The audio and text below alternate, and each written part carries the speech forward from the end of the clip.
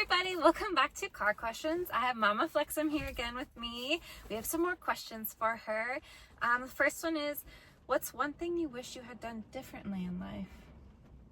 And the thing that I can think of is her dad and I lived in the same house with his parents in our own apartment space for the entirety of our relationship.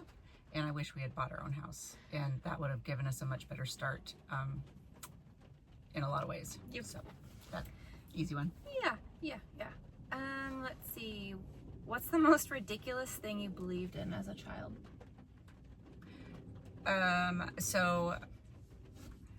believed in all the same things that most kids believe in, and I would say that the most ridiculous is probably the boogeyman, but honestly, I think there probably is a boogeyman, so. There you have it. Bad people. There you have it.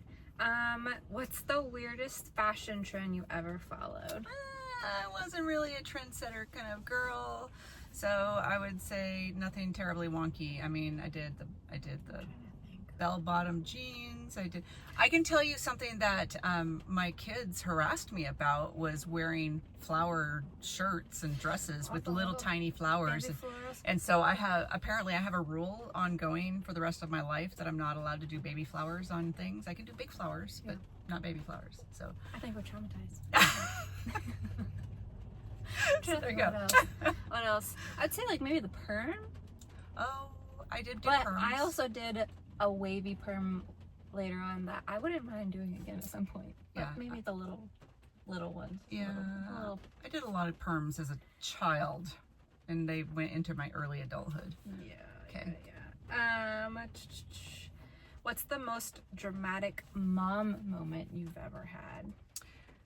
So, dramatic mom moment. The thing that definitely sticks out is when you were little and like under a year, and I was changing a diaper under a chandelier at the front entrance of my parents' house, and I had just finished, and I went to pick her up and lift her to me, and then all of a sudden there was this little tinkly noise, and half of this 7 layers of glass chandelier came crashing down right on the spot where she was just laying. So that was dramatic, because any slower reaction time for me picking you up, and it would have ended poorly.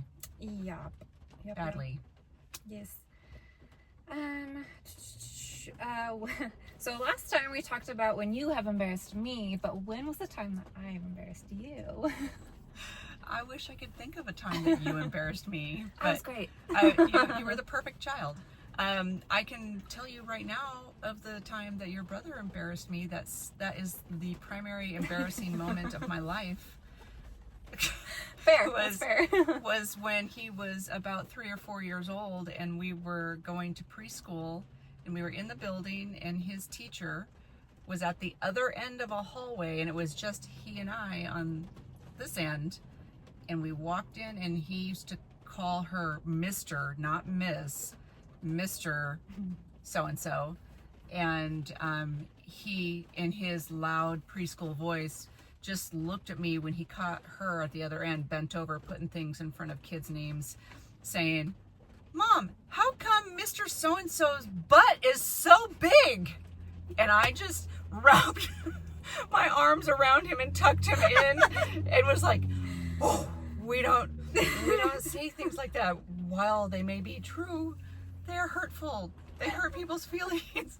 It was a teaching moment. I was mortified.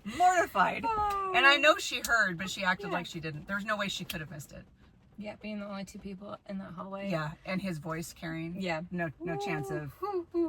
The floor could have swallowed me up, and it would have been better. Oh my gosh. Okay, last question for today. What's something that I do that reminds you of yourself? Lists. Organizing. You guys know about my notebooks. I keep everything and in calendars. There.